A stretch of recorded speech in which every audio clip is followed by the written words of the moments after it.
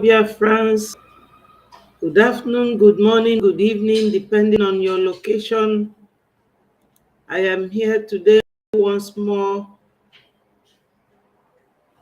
to remind us 30 days lockdown in Biafra land, which is still ongoing, and to remind us that today, Saturday, the 31st of August, continues to be our day of fundraising. So every Biafran should be reminded. I hope we are all doing good, my fellow Biafrans. My people, this platform is a platform for freedom fighters. I crave your indulgence, especially the Biafrans, to join for this wonderful broadcast. Please, my people, anyone that does not want or like what we are doing, kindly stay away. We are not here to annoy anyone or to incite any trouble. We are not troublemakers. We are not here to instigate violence. We are not violent people. This is one of the Breji platforms where we bring you authentic information of what is going on. Currently, there was this issue of 1 month lockdown of Biafra land.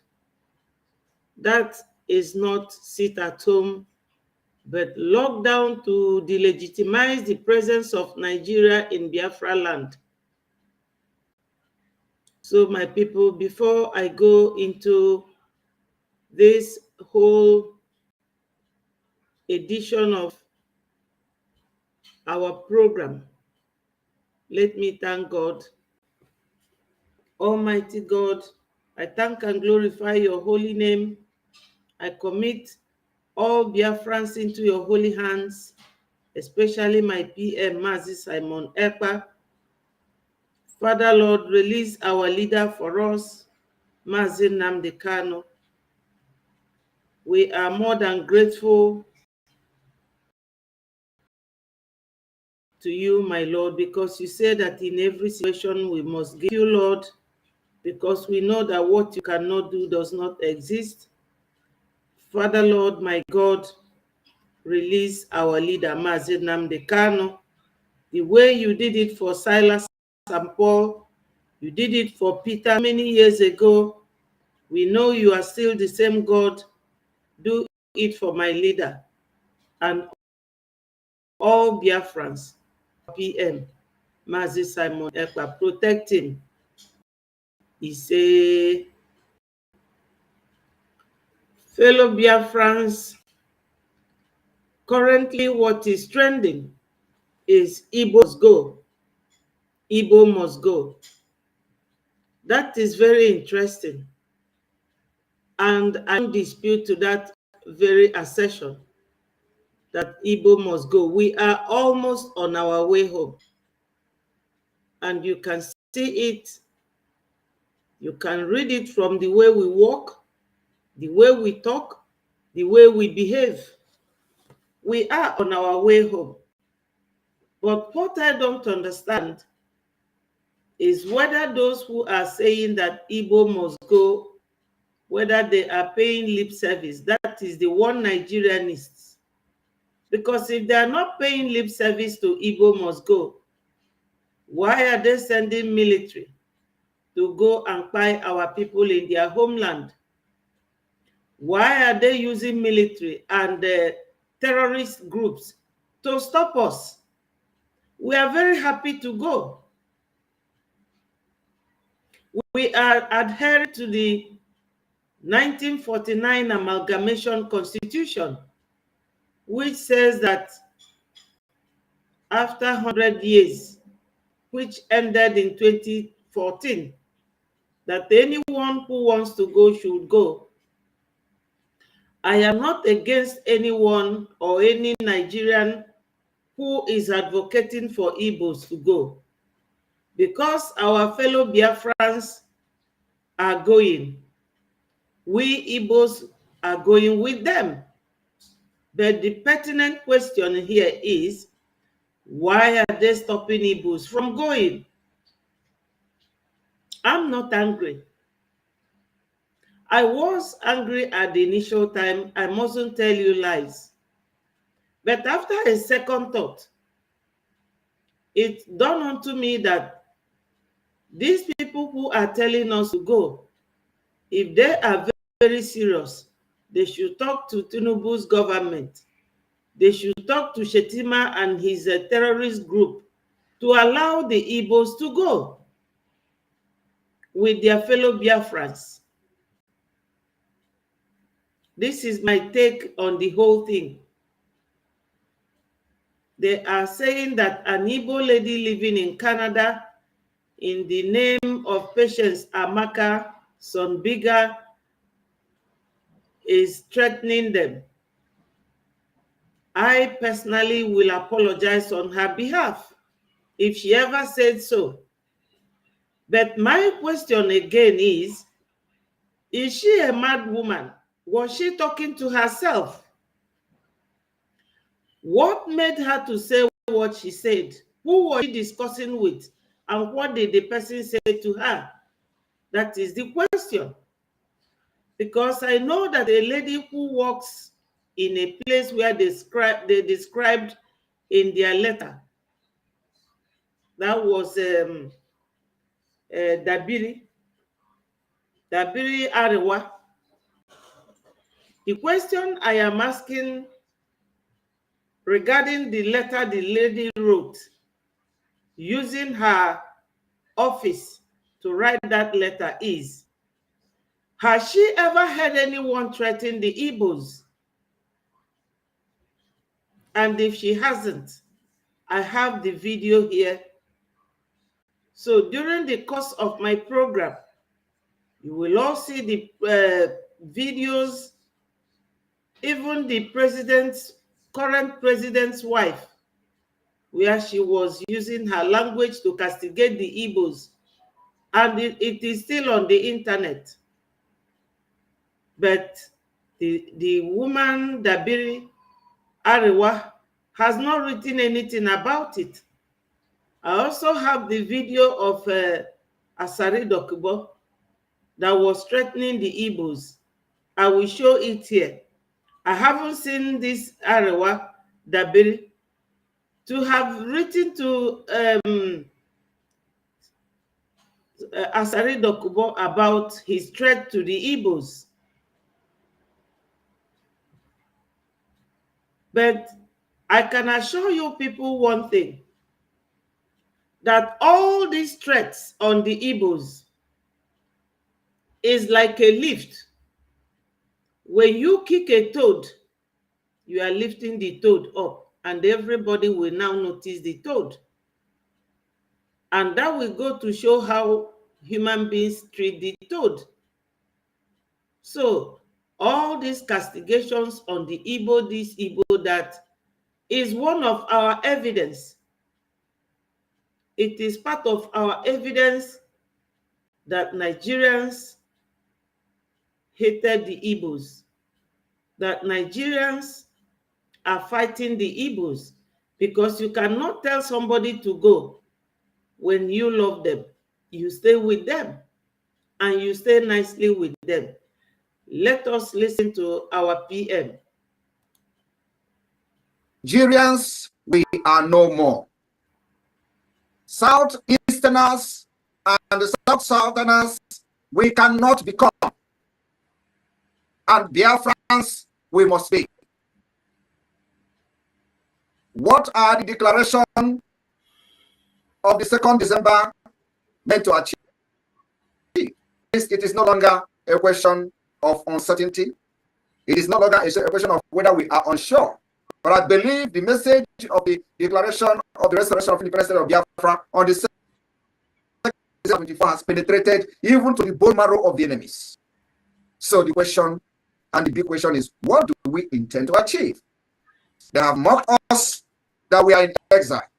But what the truth that they are not telling themselves is that we are not only in exile, we are actually more in the homeland than what we are in exile. Hello, my brother Ambrose Ihejirika. Thank you for joining. You know, you just came in. I don't know if you were listening before now. According to this very program and its title, Hatred on Ndi Igbo cannot resolve the problem of the zoo. But 1914 amalgamation and Biafra is the only solution. So instead of me getting angry about those castigating the Igbos, I am rather very happy that they are doing it on the internet, because it goes to show the world listening to them how much they hated the Igbos. And the Igbos, they are not allowing to go with their Biafran brothers, because Biafra is 40 states. Yes, Nigeria expired since 2014. My brother Ambrose wrote here, and that is very correct. During the 1914 amalgamation, there was a constitution that has it that in 100 years to come, as at then, that anyone who wants to leave can go.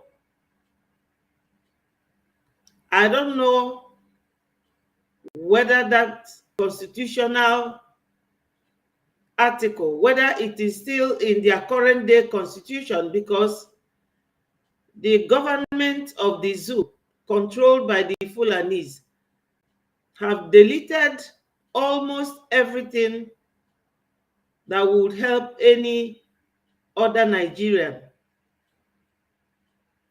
to know how to position themselves or how to assert themselves.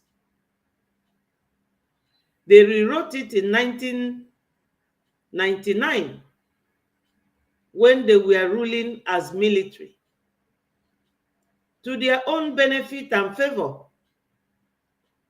So now, my people, telling Igbos to go is not the issue. The question is, why are you stopping the Igbos from going with soldiers and terrorist groups?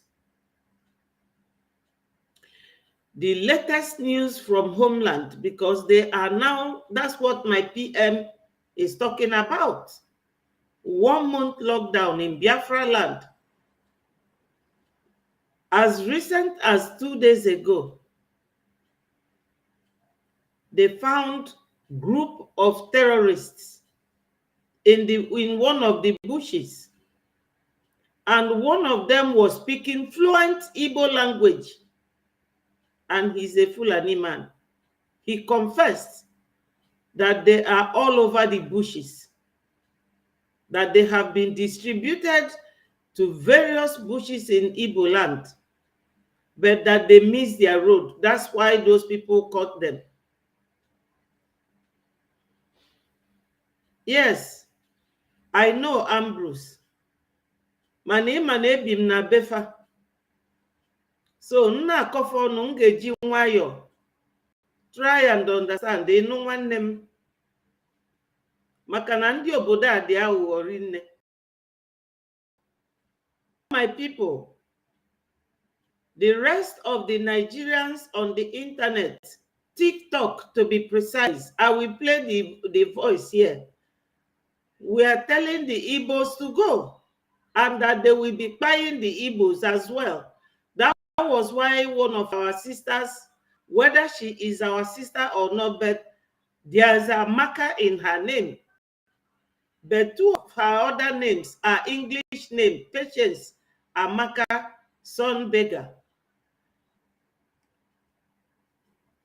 I was of the opinion that for her to say such a thing, there must be something said to her, or something said to her own hearing, which she was responding to. Because such a matured woman. She cannot be a mad person talking to herself. And if she was talking to herself, why did the person who reported her, how did they hear her? So why didn't that letter that carried her name have full detail of the conversation between herself and some other people? And the name of the people she was not there. And everybody now believes her. I am not angry about that. My question is, why do you want Igbos to go without letting them to go? Using military, police, army, terrorist group on one tribe. Why? Are we that tough? You are using helicopter to Kano jet that you bought from America. Everything to fight one people. You are only fighting for the interest of two people, the English friends and the Fulanese that have been ruling you people for over 100 years now. Why do we have lily-livered men who always get themselves confused? You misplace your priorities at all times. You will leave your enemy and be fighting your own brothers. And yet you don't want that person you are fighting to talk. My people, there's only a very limited blow that just one man can take. Biafrans, we are tired. Igbos are tired. We want to go. For real. Why don't you leave us to go? Because we are the goose that lays the golden egg. The gas and the oil. That's why you want to finish all of us. That is the truth. The hard truth. Because from the way you people are demonstrating your hatred on the Igbos, if this oil was deposited in your own state, let alone in your own land, you wouldn't let us come near. But I can assure you people that even if you have the oil and you did not allow us to come, we will still survive. Because we still own the oil. You don't allow us to rule. You don't allow us to be in the government like you. Yet, I don't know whether I should call it jealousy or anger or pain that we are still existing without the oil, because Fulani has all the oil well. They are in control of the oil. They are in the ministry. They are in NNPC. They are everywhere, in the army, in the police, in the Air Force. No Igbo man is there. Yet we are surviving. Whenever you are protesting that you are hungry, you will not see us there. Yet you won't allow us to rest. So even if this oil is deposited in your land, I don't know what you would have done to us. Only God knows. So let us continue to listen to my PM. The truth they refuse to tell, which they continue to deceive themselves, is that every blessed Monday in Biafra land, we demonstrate that we are not just in exile. We also control the homeland. The truth they have not told you is that whenever we issue any declaration on disobedience or the forceful lockdown of the Nigeria state institution in Biafra land, like we have declared from the 28th day of this August to the 26th of September, those who call us government, those who say we are in exile, will start crying. They will start all manner of propaganda, panicking, sending military terrorists in our land to try to, see whether we can change our mind, thinking that by killing our people, the pressure will, force us to change our mind. These are the things that they are not telling those gullible, idiot criminals in Nigeria that are believing in one Nigeria just because they have found themselves in a safe haven where they can commit crimes, international crimes, and cyber crimes, and they will be bragging in their various communities through crime. So they lie to themselves that, oh, don't listen to him, they are just in exile.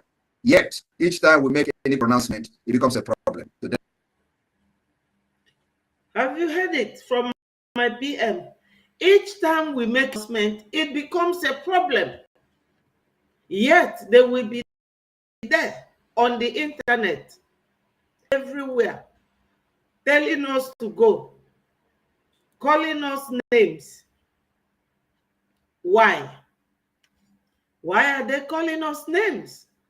Why don't you allow us to go? The Igbos, they love life. We are not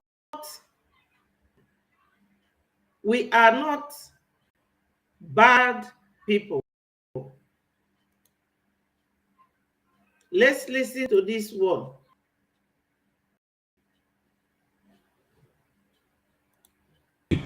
But I must tell you that our Nigerian leaders have a way of directly or indirectly promoting tribalism, and I will explain why. Your body language tells a lot.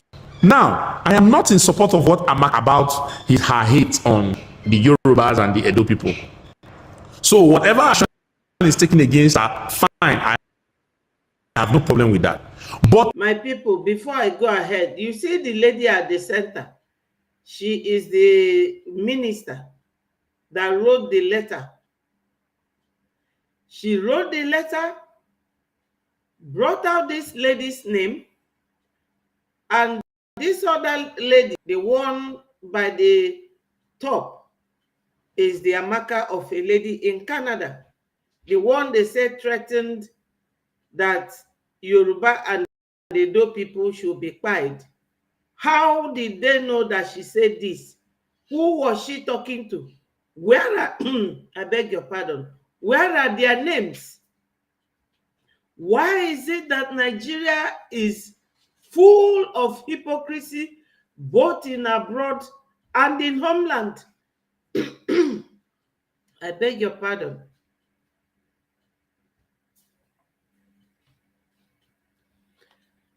This is what we call natural justice, rule of natural justice. You give someone opportunity to be heard. You don't crucify somebody until you find them guilty. And before you can find somebody guilty, you must have your proof. What is the proof that this woman said that? Who was she talking to? Where are their names? That is the hypocrisy that this our brother was talking about. And Sahara reporter that rushed into writing it into the media is inciting trouble without what they call investigative journalism, because I suppose that Showore is a journalist. Nigeria is one country that don't follow anything systematically. They jump their guns from left to right, right to front, confused.com. I'm not angry for anybody castigating an Igbo person. It will stand as our evidence of your hatred. It will stand as evidence that Nigeria has expired and you people do not know how to mechanize it. And any expiry food becomes very toxic.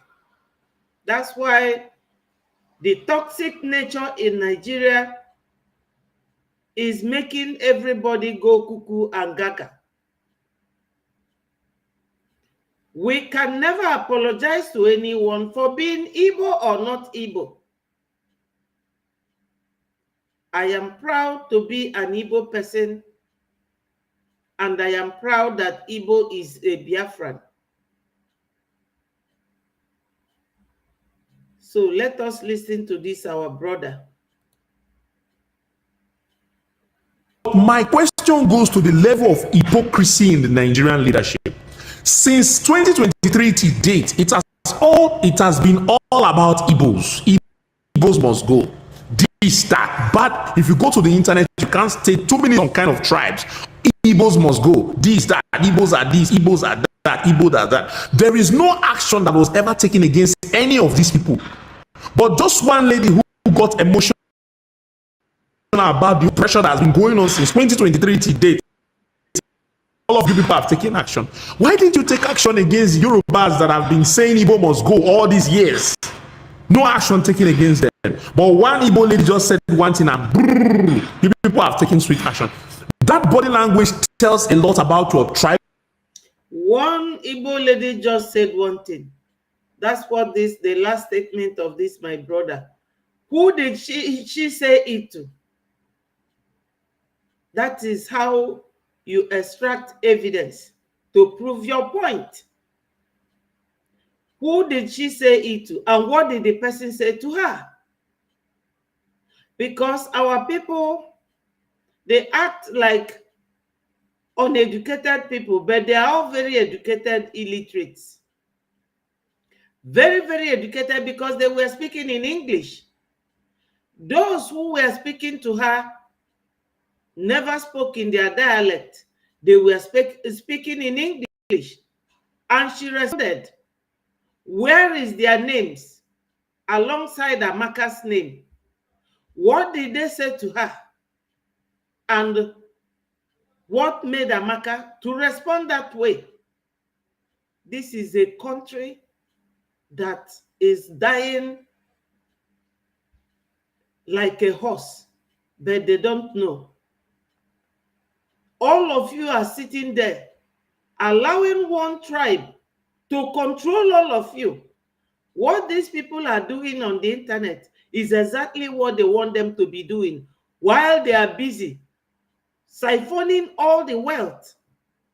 This is what Sadwana of Sokoto, Tafawa of Belewa, Usman Danfodio, that's what they introduced in that country. Tribal bigotry. And it is working till tomorrow. You can never learn. You can never learn that they will knock your heads among yourselves that are the indigenous. Hello, my sister. They will knock your heads. Thank you for joining. Knocking your heads is the duty of the Sadwana of Sokoto, Tafawa Belewa, Usman Danfodio. That thing they started 200 years ago, it is still working in us. I understand and I love it that they are asking us to go. But my question is, why are you stopping us from going? Using the military, using the Taliban, using the Sahel ISIS, using all the terrorists, all in our bushes. If you want us to go, where do we go to? When you have infiltrated our streets with soldiers and their military tanks, when you have infiltrated our farms with your terrorist group, so where do you want us to go to then? So you are all hypocrites and you pay lip service to asking Igbo people to go. I'm not angry. I am very, very happy because we are now collecting evidence that Nigeria don't want us. Therefore, they should allow us to go. My sister Diane said, all the hatred on the Igbo is the fault of the selfish. No. That think themselves alone because they are benefiting from Nigeria corruptions. They all speak English without thinking. Yeah. Yes, my sister, but let me correct this. You see, this thing, those people on the internet, they lack serious knowledge. Those of them saying all that, they lack knowledge. If they don't lack knowledge, they would have asked themselves, why are they so hungry? That hunger is making them to get angry, because they said that a hungry man is an angry man. We are the indigenes of that country: Bini, Edo, Yoruba, Igbo, Hausa. Where are the Fulanis from? They are the ones ruling Nigeria since 1950s till today. They are the ones ruling, knocking your heads, and you are busy killing each other. You are busy attacking each other, and they are busy siphoning your money. Yes, the way they get Igbo politicians is the way they get all the politicians in all the tribes. Akpabio is not Igbo. He is a politician. Corrupt. Akpabio stole money from NDDC, and the EFCC were after him. He changed from PDP to APC, and they say your sins are forgiven. Tinubu is from Gambia. Originally, he's not a Nigerian. And some Yoruba people that adopted him or made him part of them, he started speaking Yoruba. He served them K.O. Abiola. He was an Agbero man. Otherwise, he wouldn't have been forging certificates. Tinubu has 17 oil wells. He has Owando, he has Ajib, he has everything being refined in Malta. Why can't he create jobs for people in the zoo? The refinery in Port Harcourt, nobody is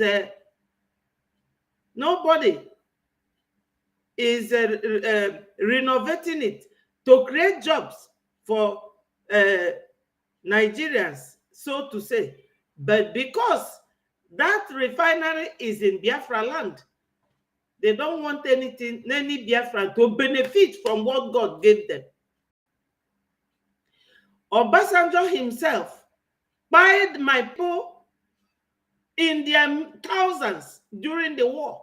This Showore said that he was telling Shem of Channel TV that Obasanjo has not apologized to the Igbos. We all know all these things. So, Igbo politicians are corrupt. Those in Akwa Ibom are corrupt. Those in Yoruba land are corrupt. Those in the Fulani clan are corrupt. Those in Edo, like the former labor man that joined them, the one that married an Ethiopian woman. I've forgotten his name. Yeah, they are all corrupt. So, the whole zoo, none of them in this Tinubu's cabinet is not corrupt. Even Tinubu's wife, I have her video here. A whole first lady. That is, what is she now? Senator. So, they are all corrupt. Is she not there? When the Lagos Oba said that they will throw any Igbo person in Lagoon, did anybody write his name? But this one here called Dabiri Arewa, or whatever her name is, was quick to bring out Patient's name. Was Patient mad? Why did you write the name of the people talking with her? That is the rule of natural justice. You don't condemn somebody until you prove them right. Why don't you prove to us that she was responding to some people, and where are the names of those people? That is the injustice in Nigeria. Everybody hates to face the truth. We Igbos, we are not angry that we are asked to go, but allow us to go. That is the point. Allow us to go. Our bushes are now infiltrated by terrorists, military, soldiers, police, everywhere, even Air Force. They are on the air throwing bombs. Musa, Christopher Musa, the CDS, he's not a Muslim. They are using him. He's also in the government. He's not an Igbo man. Asari Dokubo is not an Igbo. Asari was carrying gun, talking back about Igbos, how his father was selling us and how he has been killing us. Did anybody touch him? Did anybody even carry it? Apart from the fact that he himself videoed it and put it on the internet. Nigeria is full of hypocrisy, hypocrites. And the truth that Onyendu said that he will buy Nigeria with the truth. Everybody hates the truth, except me. I will tell you the truth. If you are my brother and you do something wrong, I will tell you, stop doing what you're doing. My hands are not there. One Yoruba man, he said the truth. He said to Shomolu, is in the Bible, stop hurting the strangers. God said it in Genesis. If the strangers you are hurting cry to me, I will hear them. That's what that man said. Very honest Yoruba man. I have his video here. He said that Igbos are alejo in your town. If Obasanjo, when Iwala or Konji Iwala suggested that they should go and dredge on a seaport in Port Harcourt and the Calabar seaport, Obasanjo ran and made it a law that every Nigerian, you can imagine 200 and something million people should be clearing their goods in one place only. If you go to the UK, America, they don't have one seaport. We pretend a lot. We are too pretentious and very wicked for no reason. Tribalist nature. That body language tells a lot about your level of hypocrisy. If you want justice in Nigeria, just as you punish this lady, you are supposed to be punishing every other one that are Igbos since 2023. This hypocrisy is too much for us to bear. If you don't like Igbos, let us go. You don't want to let us go. You don't want to let us even have peace in the land again. You want us to stay. What kind of hypocrisy is this? You will not give us peace of mind. Everywhere you go, Igbos must go. Igbos must go. The hate is so strong on the internet now. You will not take justice against these people that are perpetrating all this nonsense. Just one lady from the Igbo now. Look at the way you took swift action. Action with all the Yorubas that have been insulting us since 2023 to date. Let's know there is fairness and justice in this nation. What level of hypocrisy is this? You don't want us to go. You don't want us to be in peace. You don't want us to go because you want the resources in our backyard. What kind of level of hypocrisy in this country? Seriously, I'm not happy with this nonsense. Yes, he's not happy with the nonsense. Neither am I. Neither am I. How can you have people as your brothers and sisters from the same how will I put it? And they are fighting you. They are fighting you.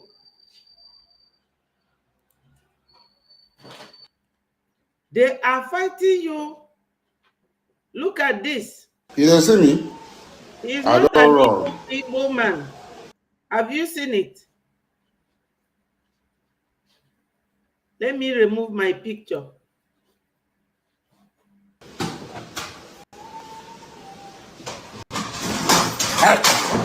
Leave me alone. You don't see me? I don't run. On our head, no correct. On our head, no correct. You be like someone they look for who go finish on now. Look for now everywhere finish on. Now they see me. Igbo people, hunt them down and kill them. Don't show them mercy. They're worse than the devil. You see? Have you heard it? That Igbos are worse than the devil. And the Igbo man on my bed. Igbo man does not do anything in their businesses. That's the only thing Igbo man does that is hurting the entire country. Allow us to go. No, they will not. Why are you stopping us from going to leave your country for you? Allow us to go. We are ready to go. Let me show you another clip of people talking on the internet, on TikTok. You will see that Amaka was not talking to herself. She was not. Amaka is not a mad woman. What this Dabiri should have done is to also, in detail, say what happened. The person that knew that Amaka said that Yoruba and Edo, that they should buy them, why can't the person's name be there? So that the person will come and explain how she heard Amaka's voice, or whether Amaka was walking on the street and was saying it. How did you hear? What is your evidence to prove that she said so? This Showore that wrote it, was he there? Why don't you ask the person that gave you the information, who was Amaka talking to? And what did the person say to her? But no, once you hear an Igbo person, do you know what it is? It's cowardice. The fear of the Igbo man is the beginning of wisdom. It is not hidden. We all have sense. You can assess a situation. When some people are just calling one group of people, they are scared of those people. Simple. Scared. Because we did it before and they know how it was. If not for Russia and Britain, do you think that you people would have defeated us in the first place? The answer is no. We are very tenacious. Since they feel say they get the power or they get the right, we will let them know say we be beneath people. We know what we shall be do, what we do today. Both I put this thing now, make our people both home and abroad the year on. Maybe say anywhere they foresee their children, unalive them. Okay. Anywhere where they see what children, may they unalive them. Okay.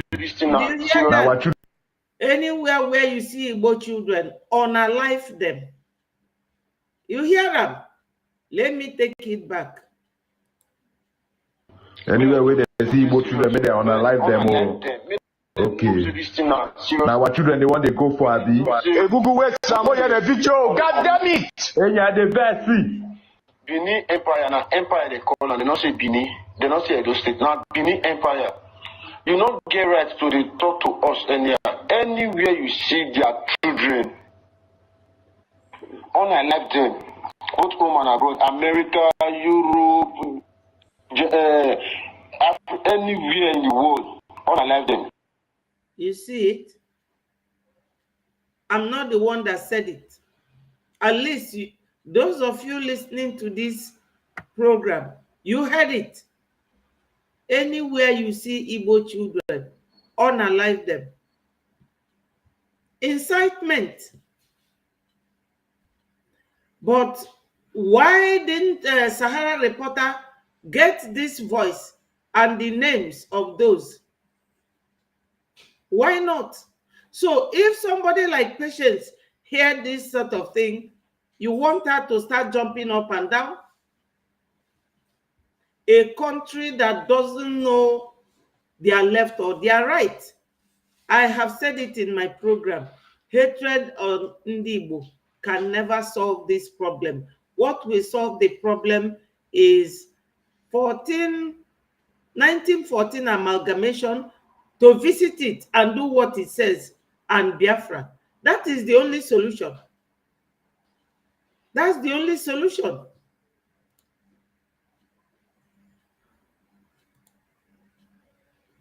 Igbos are not the problem in Nigeria.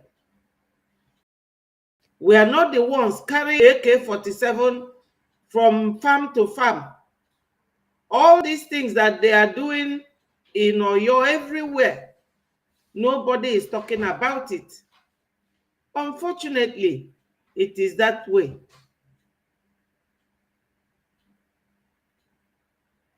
Let me look for this woman's audio. Yes. I will play it and I will remove myself so that you will all see it. I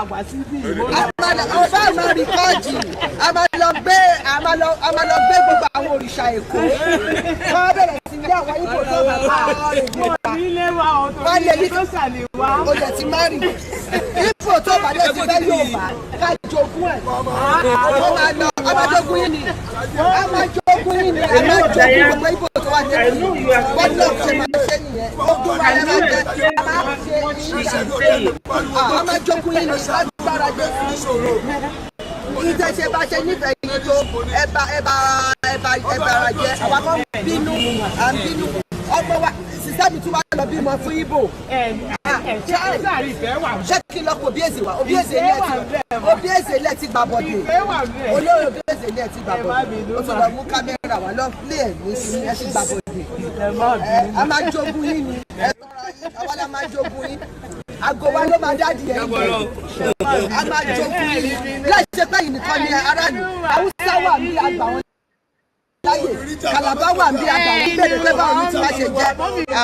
Esse casamento não pode se realizar.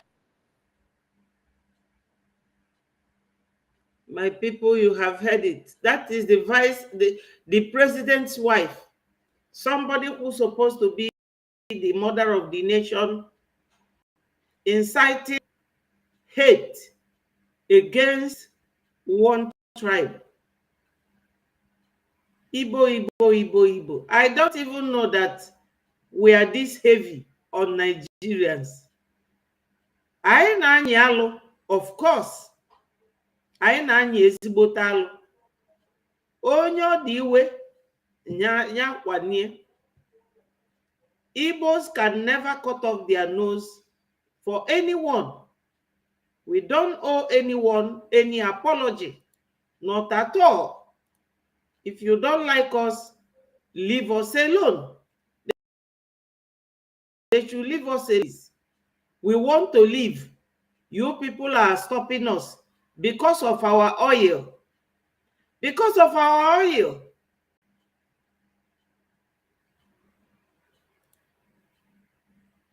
Yes. Because of our oil and our gas. Tinubu alone has 17 oil wells. He has a jeep. He has Oando. He has another one. Currently, he is battling with Dangote. That's what we know. Dangote revealed all these secrets because they are fighting each other. They are in the same oil business. Whereas the real owners of this oil, nothing. We are not allowed to come close. What a country. What a life. And the rude government has finally got what they wanted. Yes. And we pray that this will not end being bloody tribal war, because the way it's going right now, like it's only God that will save Nigeria. Yes, this one is not just in Nigeria. This one now is international. So after the House of Representatives wrote a letter to Canadian government, concerning this Igbo lady that you can imagine. They just had protests the other day. All these people, I don't understand them. They are not talking about protest. That is one thing with that country. They are very unserious. They are not talking about the government not fulfilling whether they have bribed them or not. I don't know. the whole country had protest. Now their next protest is on the Igbos, though they warned us. So we are ready. We are prepared for you people. We are not angry. It is you people who are always crying for hunger that I'm sorry for. We are on our way home. Biafra is here. We are not Nigeria. We are not Southeast. We are not South-South. We are Biafrans. You are writing to Canada. Is that what the outcome of this protest? Hello, Elder Gabriel. Thank you for joining. Thank you so much. I appreciate you. Remember, my people, like and share. Click the like button and subscribe to Betty4 TV as we continue with this program where the whole country who had their protest on the 1st of this month till 10th, 10 days protest. They are not asking government about the outcome of that protest. They are now on the Igbos. But I don't know whether they have sense or not. We are gone. We have our PM that is fighting for us. We have our Mazi Nnamdi Kanu fighting for us, and they detained him. Now God gave us another thunderbolt to protect us in the person of our PM. Now he is responding to them. That is how a leader protects his own people. He is protecting this Amaka, yes. Whether she's Igbo or not, I don't care. But as long as her name is Amaka, our PM is protecting her. And that's a quality that a good leader possesses. And he's displaying it. The same way he is in Finland protecting our people in homeland. Because we are the only tribe that is now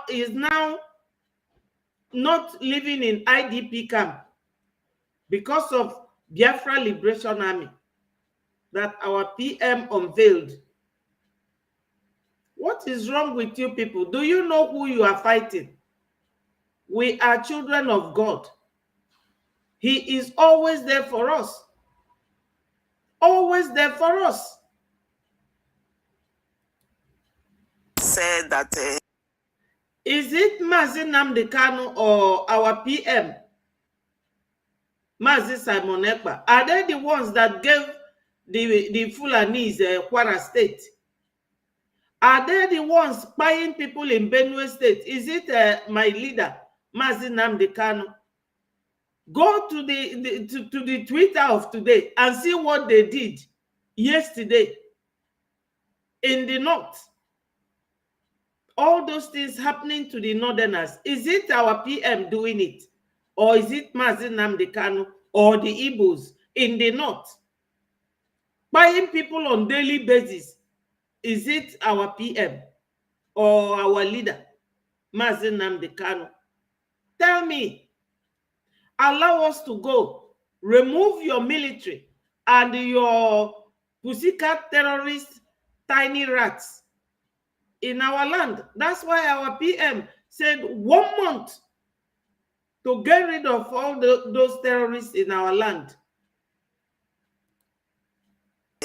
she is going to buy, those Yoruba and the Benis that are working with her. So the Abike also wrote to them, concerning the matter. So this is the reason why Simon Ekpa as well posted this today, my people. Let me just read out what he said here. So Simon Ekpa said, I have equally directed the Office of Foreign Affairs Biafra government to constructively brief the Canadian government of what led to the said video, and we are ready to defend that lady in Canada, whether she supports Biafra or not. We will fight Nigeria at all levels and all corners of the world. You push the woman to war and you expect her not to push back. Please, Biafra in Canada has been directed to collaborate with all other Biafra to see that there is an adequate presentation of our system. Yes, you know what the American man said that our PM outsmarted Nigeria by having liaison offices, which will later turn to our, embassies after 2nd of December this year. That our PM has a very good leadership quality, and that is what he has demonstrated. Nigeria is now, it is Nigeria government versus Biafra government. We now have our own government. Before, you used to say that we are online country. We are now real country of our own, not country, nation. Because some of you don't understand differences between some of these words. There's a huge difference between them, a nation and a country. We are a very big, great nation with a great prime minister who protects us at all levels. Yes, let's continue to listen to this lady. The woman to war, and you expect her not to push back. Please, Biafra in Canada has been directed to collaborate with all other Biafra relevant offices to see that there is an adequate presentation of our sister in Canada. And people, like some people are saying that this particular issue is what is going to expose Nigeria, because we can see the level of hypocrisy that is going on concerning this matter. Just as my first video that we Igbos condemned the behavior of the character of the lady, but looking back of the events that have already happened, especially during the 2023 election, how these people, we Igbos condemned into... Hello, my wonderful people. Chibike, God bless you, my darling. I hope you are doing good for joining me. Thank you so much. I don't agree with this lady. People, they don't like getting things right before saying it. I cannot condemn anything. Before I will condemn that, I want a proof. The rule of natural justice is that you must give someone an opportunity to present his own case, and you must give both parties opportunity. Amaka was not talking to herself. Where are the names of the other people? What did they say? Not until I hear what those other people say to Amaka, in order for me to be able to condemn what Amaka said in response, because she's not a mad woman. She wasn't talking to herself. She was talking to some people, or some people were talking and she heard. Where are the names of those people? And what did they say to her? Because she was responding to some people.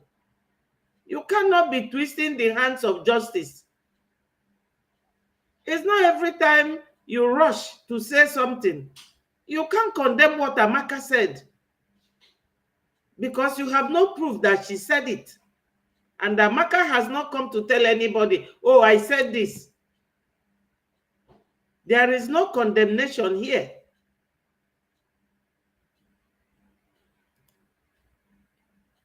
Total, the behavior or the character of that particular lady, but looking at the events that have already happened, especially during the 2023 election, how these people were kind of less concerned about what some people did to Igbos in Lagos. Even after the election, what Igbos went through, Nigeria government was less concerned. And now look at how House of Rep was so quick to respond to this issue, my people. Yes, there was an audio, my people. You see, this world is something else.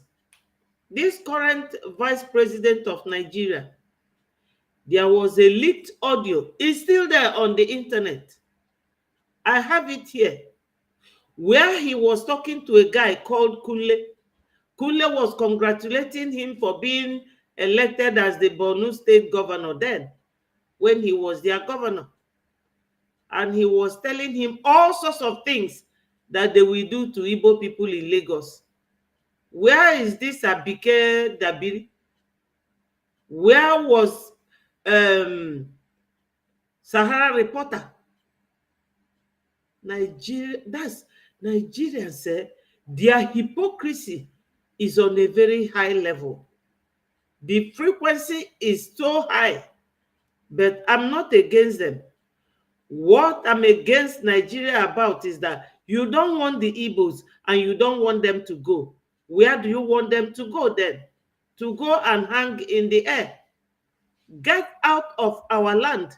That's why our PM gave 1 month ultimatum that the military terrorists in uniform and the police terrorists in uniform with their mufti terrorist group called Mieti Alan, whatever they call themselves, should leave our land.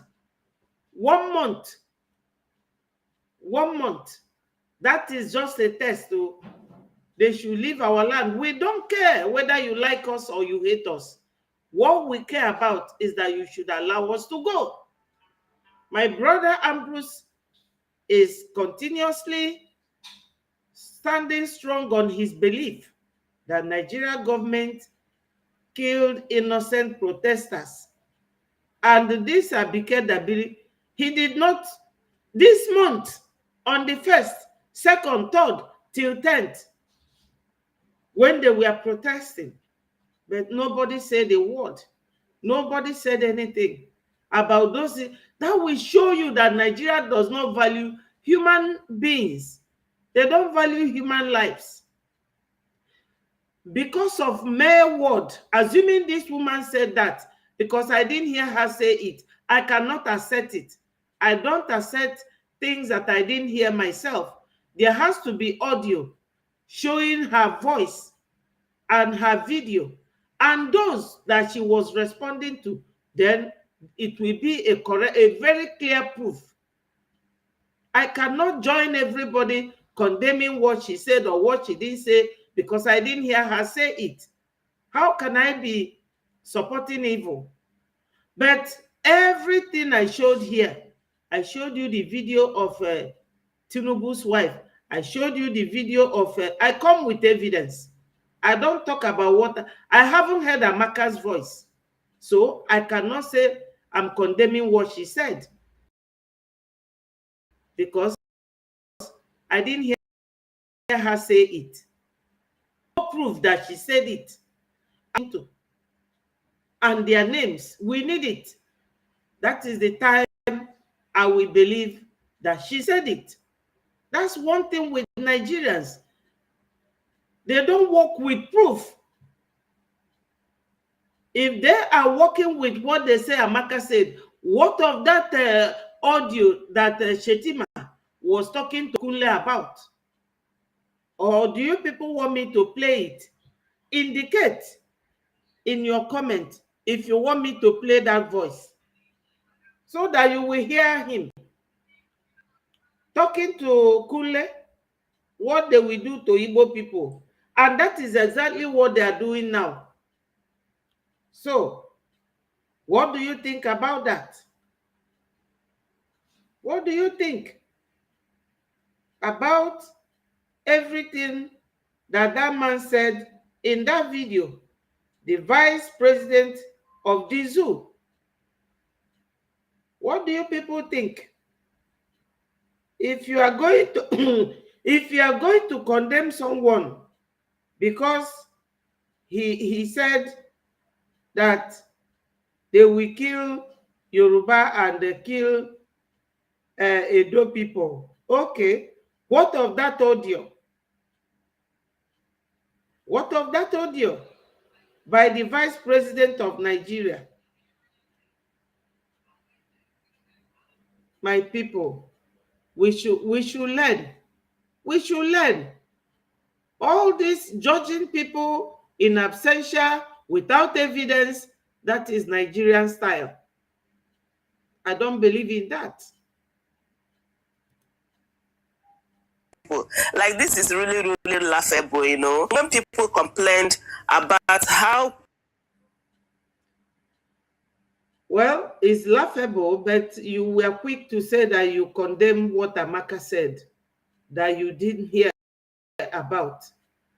No evidence. We need to hear the audio. Because if you are in the court now, you can't win Amaka until you bring the audio evidence. And if you bring it, you have to bring the voice of those she was talking with and their names. Then we will know that you are talking. There is no how anybody will come and be condemning this lady without hearing her. But if you condemn what Tinubu's wife said, and they said to you, what is your evidence? You will bring this video that I played now. That is how it works. But with our people, no, no, no. You must agree that Amaka said it because she's an Igbo lady or she bears an Igbo name. Azikiwe is an Igbo man. He had a child with a Yoruba person. And that child, Azikiwe gave him an Igbo name. This lady may not be Igbo person, but she answers Igbo name. And everybody has taken it.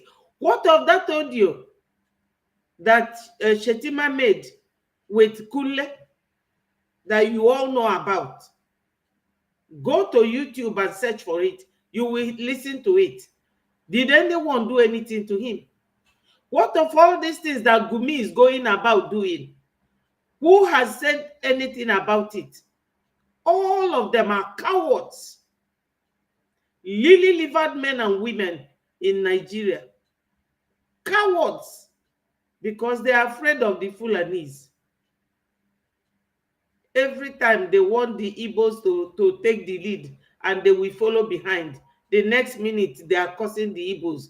We agree.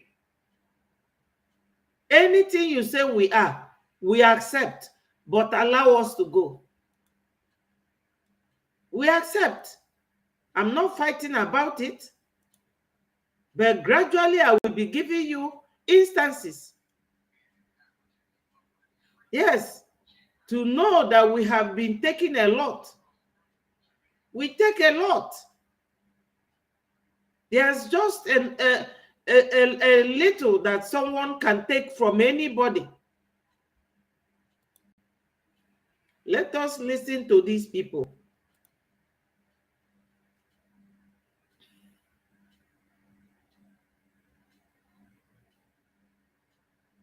Good afternoon, and thank you for staying with us. Good afternoon, Esther, and thanks for having me. Mr. Chukwuma Okoro is the author of The Future of Politics. I would implore you to actually get it right there on Amazon Nigeria.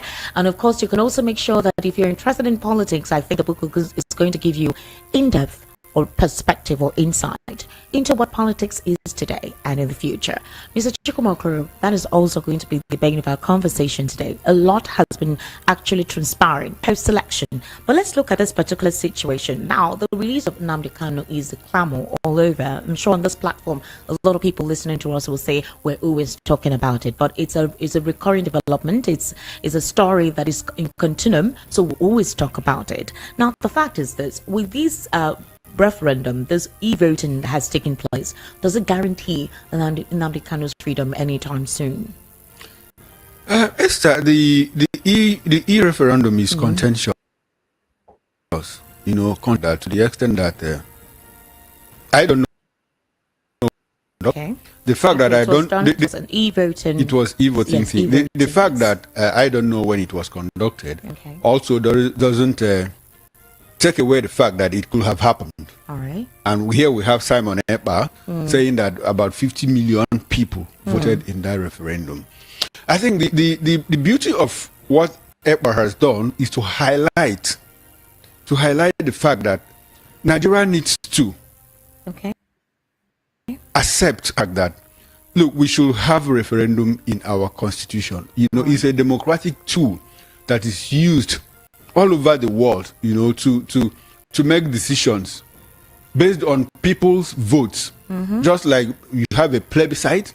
Unfortunately, we have a Nigerian government that thinks that when you mention the issue of referendum, the first thing that comes to their mind is that Southeasterners want to exit Nigeria. And that is wrong.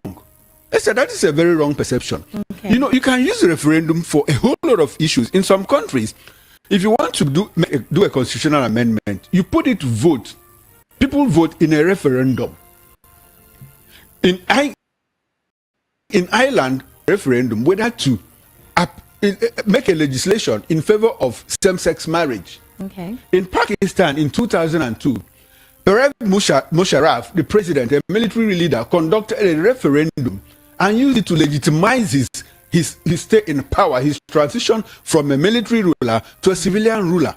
So, yes, my people, talking about this, our PM, I got this very video from his Twitter handle just some before I started. And PM was saying, Esther, well done. You know, before now, you are not allowed to talk about Biafra in any of the radio houses during the time of Buhari. This may be one of the democratic practice of Tinubu government that I like, allowing anybody to express themselves however they like, socially and on the media. This referendum that they are talking about is one of the democratic tools which every civilized country has to adopt and practice. Use it to their own benefit. Recently, when United Kingdom wanted to leave the EU, they invoked the spirit of referendum. They conducted it, and the number that said that they had to leave were more than those who said that they don't want to leave, because some people said they don't want to leave till tomorrow. They still maintain that stand that they will not leave the EU. You see to that. Now, ask Nigeria government, do they have referendum into their own system, their constitution? Because the constitution is what guides and rules the conduct of any country that claims that they are observing democracy. Nigeria obviously was colonized by English people, and they are friends. So they said, show me your friend, and I will tell you who you are. Why is it that Nigeria don't emulate their British government friends, the way they govern their own people? Because the invocation of that referendum is giving your people free hand, free way to show what they want. Because the way some of you here, you write and I discuss it, we are interacting. There's something that my sister Diane wrote, because there is nothing that Diane will tell me today that will annoy me. I still regard her as my sister more than a Fulani man, because Fulani is from Futajalon. But me and Diane, we are from the same area. So I regard her as my sister. The same thing with Ambrose. Ambrose is not my elder brother. I'm not his elder sister. But I see him as my brother. This is the way we Africans, that's the way we take things. I will always like to know how my brother feels, or how that Diane, my sister, feels. I will always put her in contemplation in anything I do, knowing that she is the next person to me. If you love somebody, you should endeavor to know their do's and their don'ts so that you don't offend them. That is what referendum is all about. If you say yes during the vote, that means you agree with me. If you say no, that means you don't agree with me. But Nigeria government, they removed it completely because Onyendu has been asking them to conduct a referendum. They didn't want to conduct it because they don't have it. Or they have it, but they removed it so that nobody will ask about that 2014 expiry date of this amalgamation. If you refuse, they will buy you because that is their nature. Violence. We are not that type, but that does not mean that if you fight us, we will not defend ourselves. Simple. Even the law, the UN Charter, Article 51 allows you for your freedom and your liberty and to defend yourself under Article 5. These two articles, that is where we will always base our stand for seeking our freedom and our liberty and to defend ourselves. It is in the law, even in the law of God. When Moses was attacked, or David in the Bible, you know David was very obedient to God. He went and knelt down and called God and said, these people came and attacked me, took my wives, my concubines, everybody away, my children, my people. God told him to pursue them.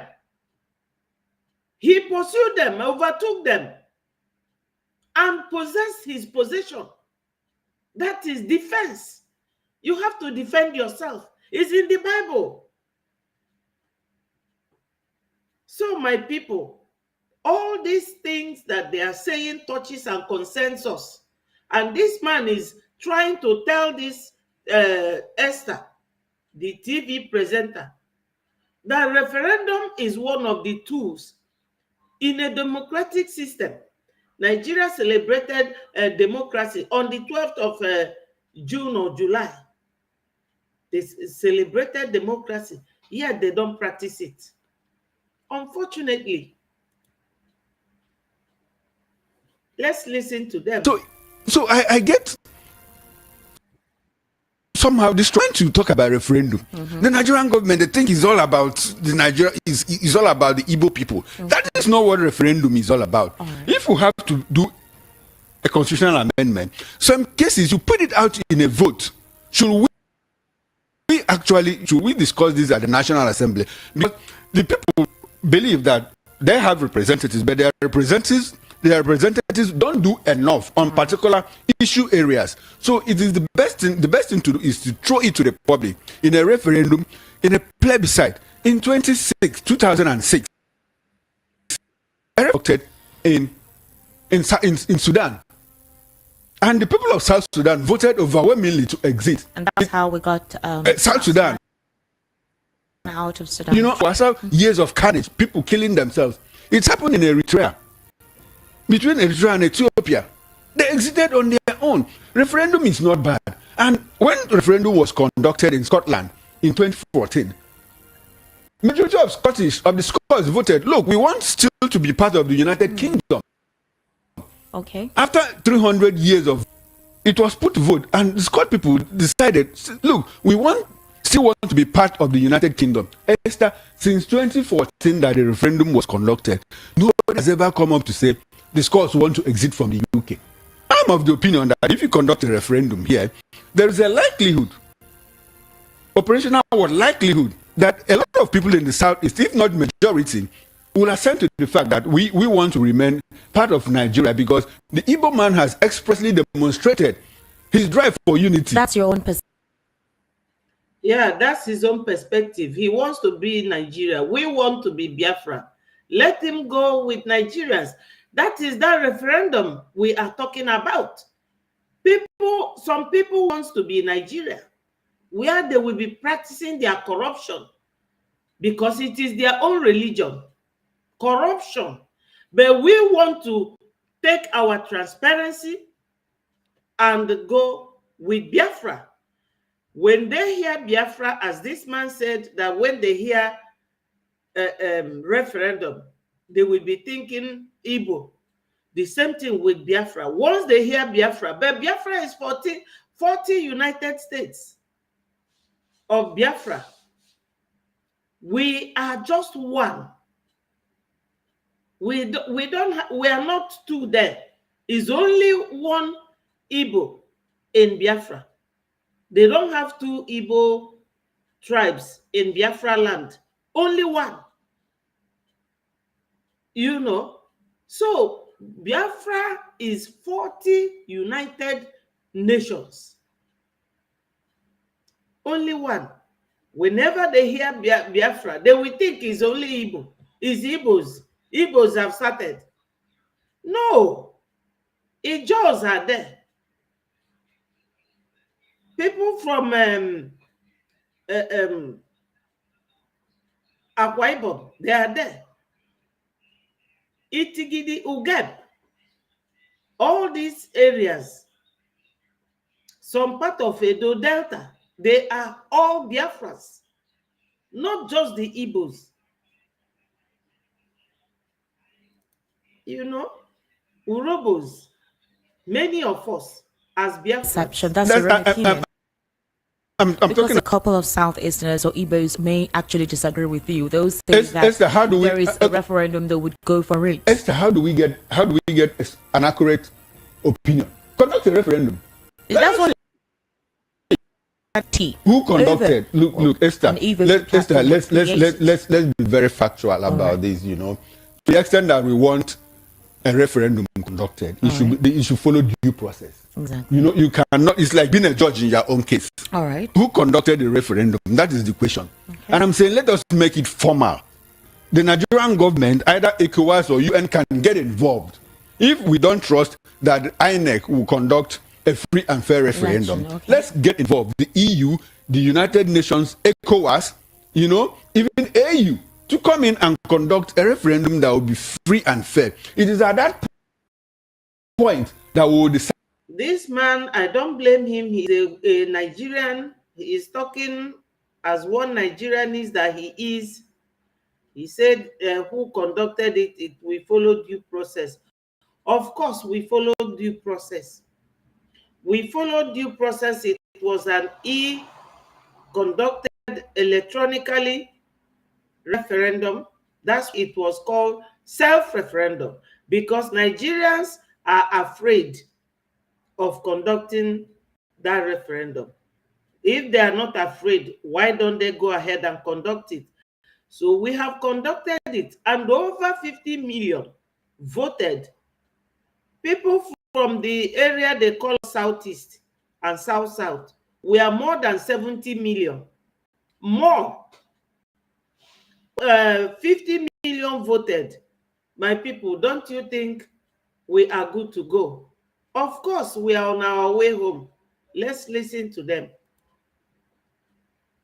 Whether the people of the South still want to be part of this union or they want to, is the issue. What Simon Ekpa has done, like I said, is negotiating. And the referendum that is put out in the open is a tradable.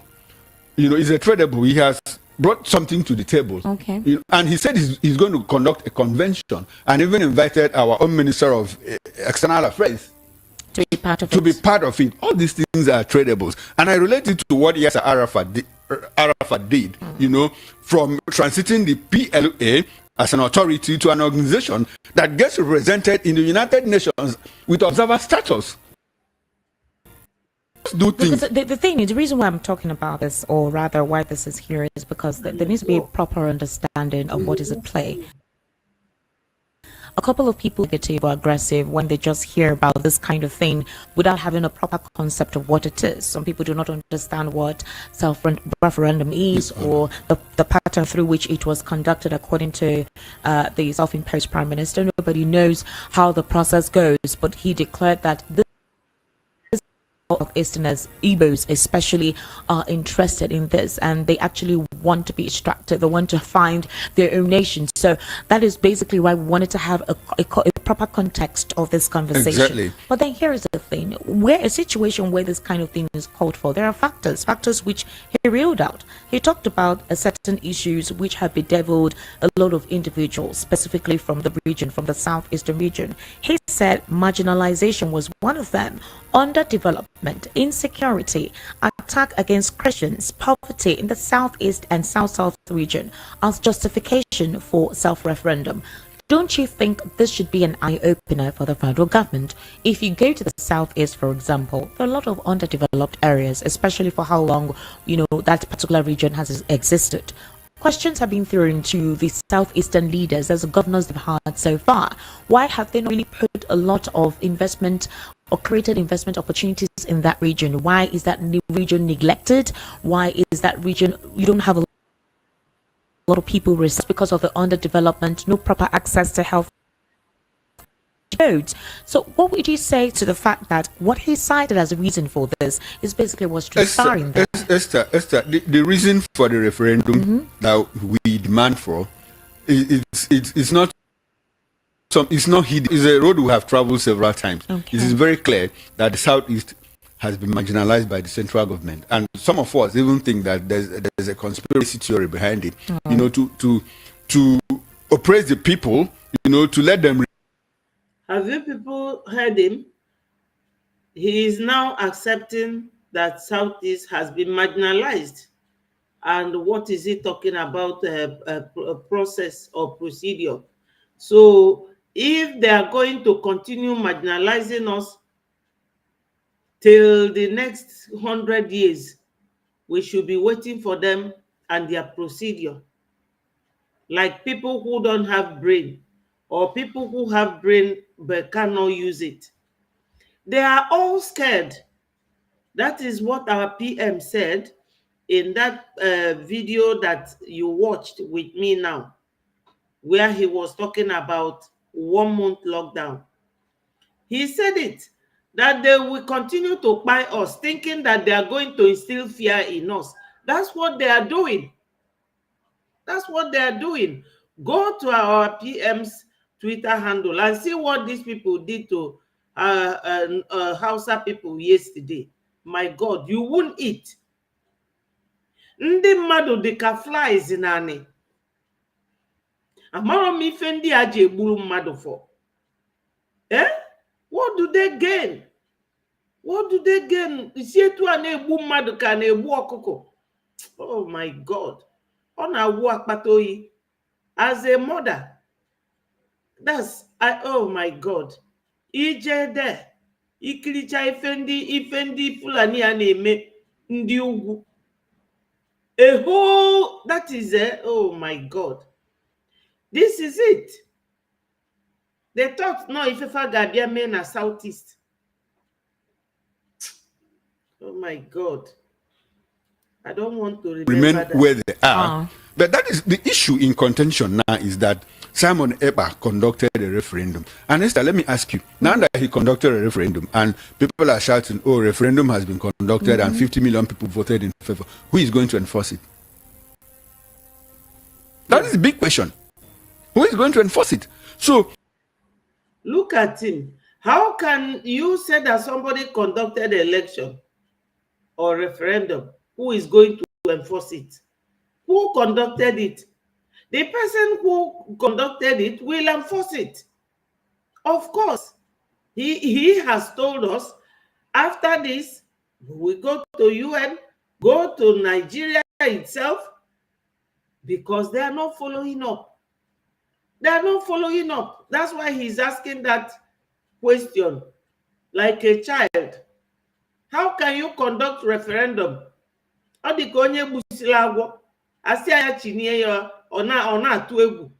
you were able to kill a snake. Of course, the person who conducted the referendum will enforce it. For us to have a referendum that will be enforced, the Nigerian government has to be involved. Probably ECOWAS, AU, UN or EU can get involved and legitimize the process. Look at what this man is saying.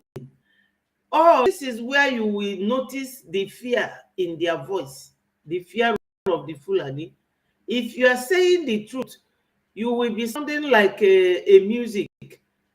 All the treble, when it comes to where the music is getting to sweet, you go down to bass. We listen to this anyway to know their mind, but we know that they are scared. How can you get Nigeria involved? So why is Mazi Nnamdi Kanu in detention? This is what Mazi Nnamdi Kanu has been asking them for years. And did they accept? What was Ojukwu asking? Did they accept? So now we will continue to be asking, getting Nigeria involved. Where is Nigeria? Is this why this convention is being conducted? Where the convention is also still being organized by a non-state actor who is going to attend. With UN represented, with ECOWAS, with the Nigerian government be represented, despite the fact that he has extended an IV to our minister. So while we are looking at all these things, let us contextualize it within the ambit of legality and legitimacy, so that it will become not only broad-based but acceptable to the. They have been contextualizing this for so many years, speaking long grammar for so many years in the context of legality. What is legality? Something that is illegal or legal. When they heard that we have government in exile, they were saying government in exile, without knowing that there's a legality. The legal element in being government or having government in exile empowers us, gives us that same right to be government in exile. That's the legality of our self-referendum, because we are a government in exile, which you are contextualizing what your mind tells you. What context? We are government in exile. That is it. And we are backed by UN. What I mean, backed by UN.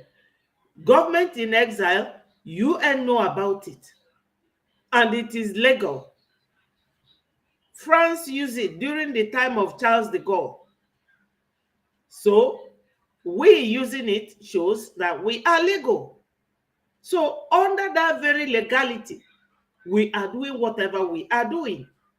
We have Americans that will attend, who are now our lobbyists.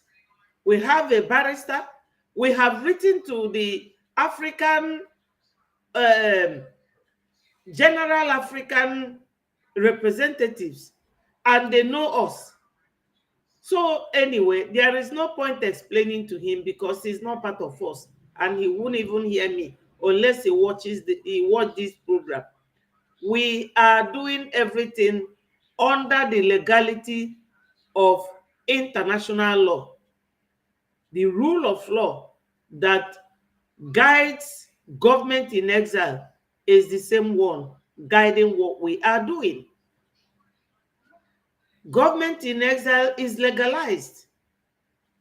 So anything we do, that's why when our PM writes a letter, is a legal document, because we have the legal backing of the UN endorsing government in exile as a legal entity. That's the it. People. I need to talk about governors and underdevelopment in the Southeast. There are two layers to it. All right. The Southeast people feel that clearly they have been marginalized by the central government of Nigeria. In terms, symbolically, if you look about state creation, the Southeast is the only region that has 5 states, while others have 6, with Northwest even having 7 states. That is an issue. Now, in terms of appointment, the people feel shut out of the space. I already told you, I think yesterday or 2 days ago, why I told you that in the recent appointment in terms of security for the Southeast, only one person is being designated. Not only the security. I also made reference to a recent appointment that was made by the president in the humanitarian ministry. There were 7 directorates that got directors. Yes. Incidentally, we have 6 geopolitical zones. It would have been proper to spread it from each zone. One person, one director from each zone, one director. But do you know what we got? We got 5 directors from the southwest, where the president comes from. One from the north central and none from the northeast. Northwest got 1, didn't get any. South didn't get any. Southeast didn't get any. So these are the things that spike and fuel, the agitation for self-determination. That is on the part of the federal government. We can talk about it on ending, Right. interminably, because it is very clear, it is very glaring. Now, I need to talk about the governors. I also know, and the people of the Southeast know, that the governors have not done well for us. Because, you don't have to wait for the federal government to do a lot of things for you. You create a conducive environment for business. Right. You see local roads that are deteriorated. You have craters, potholes. You see vehicles cannot... Deadly ones. Deadly ones. That's why when these kidnappers want to kidnap, it's very easy for them. Even goods and services being transported, they get locked in those potholes, and sometimes they get stranded on the road, and they're open for thieves to take over some of those. So that's also part of the underdevelopment. Like I said, it's a layered thing. The central government has a responsibility. The state government... My people, that is the oil money. Do you know that if you are going to Abuja on road, once you leave Nsukka with their potholes, enter Lokoja to Abuja, all the roads, all the way, were all tarred with our oil money. That Abuja was built by Babangida with our oil money. Then those who have the oil, my people, what are we talking about? This video is still very long, and let me see how we can go till 6:30. Fundraising starts by 7. Let's keep listening to them. Once it is 6:30, I will stop. You also blame the state governors because they have not done enough. Start by building roads.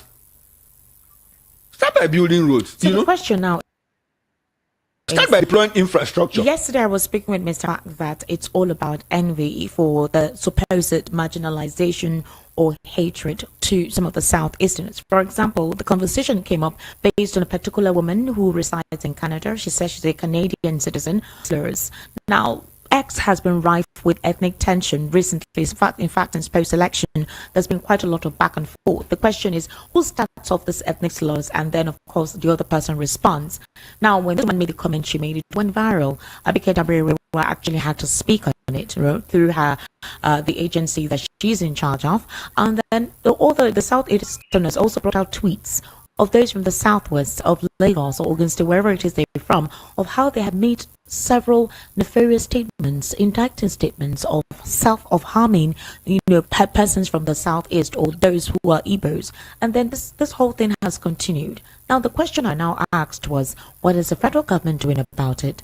And then the agency that is meant to be responsible for actually proper orientation have gone moribund. That's a national orientation agency. They are now moribund. So what should be done, and how can the presidency resolve this marginalization beyond the whole self-referendum, the act for these Igbos to extract themselves from the country or secede that they've been clamoring for? Oh, okay, Esther, I think we are not talking about the insightful speech and all of that. It's still part of the reason for the call for self-determination, the marginalization, the insecurity, the underdevelopment, the isolation. This is part of it. That is what culminated to the ethnic tension on social media. No, Esther, it's not. It's not. Let's divide it. Let's separate them. All right. The call for the ethnic slurs, wherever it comes from, wherever it originates from, is highly condemnable. Obviously. What the woman, Amaka, supposedly, an Igbo woman did in Canada, is evil, is obnoxious. No matter the level of hate, you don't express an... You see, my people, I am still disagreeing with these people. You cannot condemn anybody. I thought he's a lawyer. You can't condemn people on a hearsay, because in law, hearsay evidence is not acceptable, not admissible in court. Let's assume we are online judge. You cannot accept. Amaka said, did you hear her say it? What is your evidence that she said it? Who was she talking to? What's the name of the person? Where is the person? So I disagree with this. I'm not condemning anything until I hear it. Like the way two of them are here talking now. You all heard everything he said. Please, Ambrose or Elder Gabriel, if you are still there, can one of you respond, or Chibike, that you agree with what I'm saying? You can't condemn somebody because another person reported that person. That is what they call in law hearsay evidence. Is not admissible in court.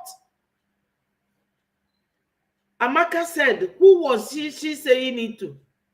This person that reported, did the person not tell them who Amaka was talking with or what the person said? Is there any audio evidence? If she said it online, I played an audio video here from TikTok and you people heard it. So you heard them. And when you take that piece of program to TikTok, TikTok will check the date and bring those people out with their names. Because before you enter TikTok or Facebook or YouTube, you will register with your name and your address. So where are the rest? You see how our people, the way they reason. Oh my God, I can't believe this. You don't condemn somebody because another person came and told you, oh, Amaka said this, and you will start condemning. What is your evidence? What is your evidence? I said here that Obasanjo spied my people during the war. Obasanjo was a soldier. He was there on the forefront, leading a battalion, spying our people. He was the one who took Effiong to Gowon. I have my evidence. Because you will see his military uniform on him as a Nigerian soldier during the war. And he will tell you, he even said it on the internet recently, talking to our people, that the reason why he fought is to keep the Igbos. Look at him. You want to keep me and you are fighting me. Hypocrisy. I hate all this wishy-washy program that people come out to say. You can't condemn something you do not hear. You have to have an evidence before you make. That's how English law goes. We all speak English. You have to follow English people from A to Z. You don't drop part of their rule and you follow some of their rules. Their rule is that in law, if you want to condemn what somebody did, bring your evidence. There is no evidence that Amaka have said it. Amaka has not come out to accept to anyone that she said it. It is a hearsay and it's not a very good evidence at all. I don't condemn anything I don't hear. Intent to kill. But somebody said that she responded to what a particular social space conversation said. Esther, two wrongs do not make it right, you know. So that is why I condemn it in strongest terms that I can. But on the flip side, let's look at the actions of people in government. And like you mentioned, Abike Dabiri. Yeah. Abike Dabiri happens to be one of our own fine journalist, fine newscaster, you know. But since she got into government, she has expressed a level of bias that is inconsistent with her position. Before she got the appointment. But before she got the appointment, just a newscaster, she was a journalist. She didn't have an opinion of her own. So probably the appointment was able to unmask her, you know, unmask the kind of geniality when you see people in public places, like you are reading the news now, Yes. I can provoke you. Yes. If I provoke you now and you look at your professional background to react. Yes. So those geniality were probably hidden behind the camera. But now that she got the appointment, the biases exploded, because clearly she has been profiling a particular ethnic group, especially the Igbo group, wrongly. Do you know why I said so? I could read out instances where people from the West, our brothers from the West, meanwhile, we are the same humanity. It's just differences in language and culture, minor differences. Okay. So we belong to the same humanity. Our brothers from the Southwest committed crimes and offenses at the international level, outside Nigeria, and she was very silent on them. But the moment somebody from the Southeast, there's an infraction on that person, Became very vocal. she is very, very quick to bring it to the fore. At the road to the Like Canadian what happened government. to, like what she's doing with the Amaka thing now. Yes. We had an Adenika Junior who did the same thing under her purview from UK, and she was silent. Oh. There was a time that Yoruba prostitutes, sorry to say that, were paraded in Spain and Italy. Abike kept quiet. But when certain people from the Southeast went to steal in Dubai, she quickly put it out there. She said that her purview is outside Nigeria. I said, Anything but- internal is not within her purview to respond Esther, to. I've Because a lot of given critics I've had given to three write to her I have in given that three particular instances. One that happened in Spain, she was Okay. silent. Another happened in UAE. And these are she blew external it. issues External that occurred issues. that she did not bring to light. To light. So you clearly see some kind of selective justice on her part, on the biases. We don't talk about. My people, I will leave you here. But before I go, do you people remember Hush Puppy? He's not an Igbo guy. If America did not call for Hush Puppy, nobody would have heard about it. Then the Emirates, which I think is Saudi Arabia or however they are called, wonderful city, or Dubai, they wrote a list of Nigerian terrorists and gave to Nigeria. Did any one of you hear about it? We all heard about it. They kept it under cooler because that name included somebody like Gumi. That's why they deported Gumi, that he's a terrorist. Is Gumi not a terrorist? Is he hiding it? He's the one talking on their behalf every time. He's the one who said, don't call them terrorists, call them bandits. Bandit, is it a good name either?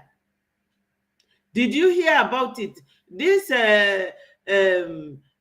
Abike Dabiri, she says her purview is on foreign crime committed by any Nigerian. Okay. So, as a journalist, does she not know about investigative journalism? Has she conducted her investigations to know who that Amaka was talking to?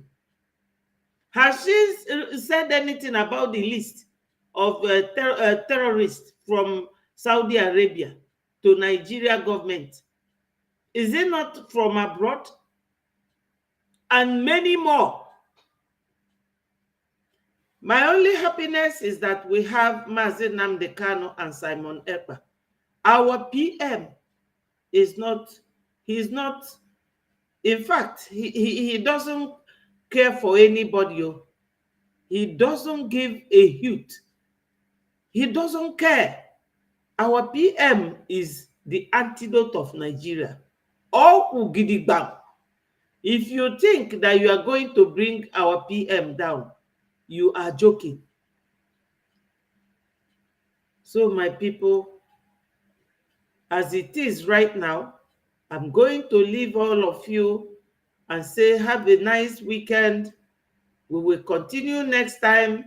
We couldn't finish this video because it is very long. Let us all go and rest a little bit and continue with our fundraising by 7 p.m. Biafra time.